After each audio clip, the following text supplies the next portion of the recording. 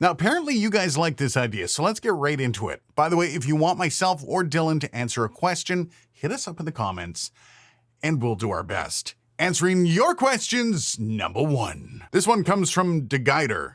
Can you use a dynamic for professional voiceover? Thank you for that question, DeGuider, and the answer is yes.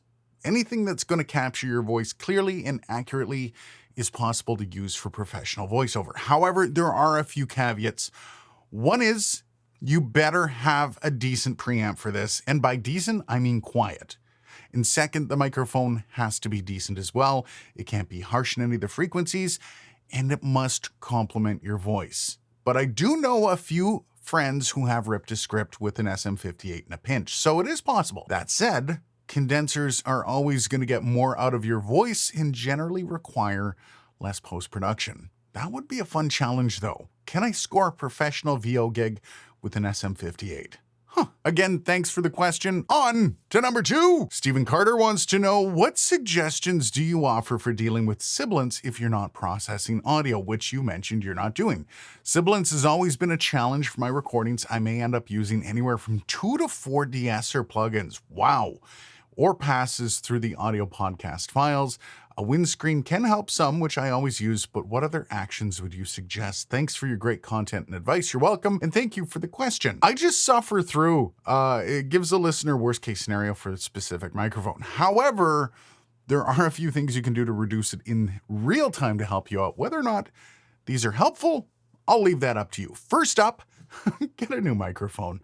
I know it doesn't help hearing that, but that's probably the biggest thing causing the problem is the microphone is boosted in the wrong frequencies, and this might make your life a lot easier.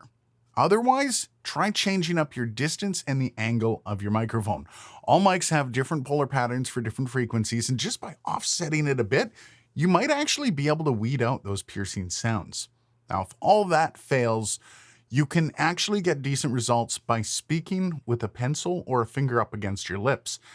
It does work, and there's bonus points. You get to look like a bit of an idiot as well. Now, all that said, if sibilance is that much of a problem, the first recommendation of the new mic is going to be your best bet.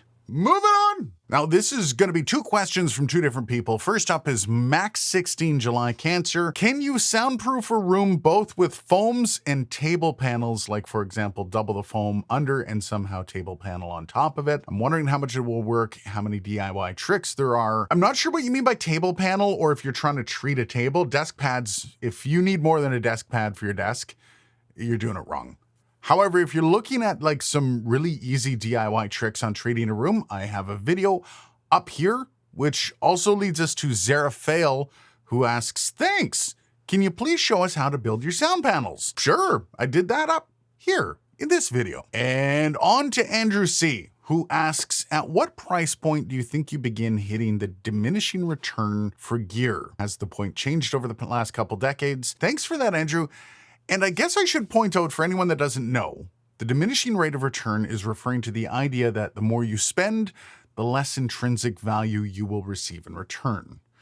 And yes, a $1,000 microphone is better than a $500 mic, but is it twice as much? Usually not. It can be really tough to pinpoint that, but for dynamics, I think it starts at the SM58. $100 is the baseline, and then from there, everything is a diminishing rate of return on top of what the SM58 can do.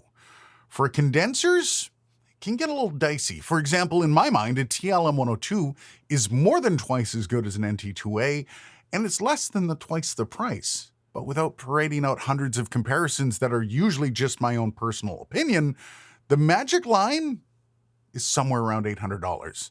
With all that said, though, personal taste, as I said, and the nature of your voice will skew these results. So it's actually almost impossible to answer that question as exactly where that line is. As for other gear like interfaces, easy, hard line at $500. Once you hit that mark of $500, it's mostly about features and expandability moving forward. So Hopefully that helped you, Andrew C. Finally, let's move on to the next question. Another Andrew C, who just might be Andrew C on a different account, who knows? But Andrew Kamage wants to know, quick question, when you say 6 inches, wink, does that apply to shotgun mics too? I've got one that seems to work pretty well from 6 inches to 1 to 2 feet away from my mouth. Now, this was for my first Q&A video where I was talking about the recommended distance for mic use. Every mic has a recommended distance, and you should try to stay within it. That said, shotgun mics were literally invented to be used from a distance. Pencil mics can also work quite well, though, with less character in the voice being kept as you back off with the mic. Outside of shotgun and pencil mics, though, 6 inches will never let you down. Wink. At least that's what my wife says. That's it for this week. Drop your questions down below, and we'll see if we can get them answered next week. Cheers, and thanks for watching.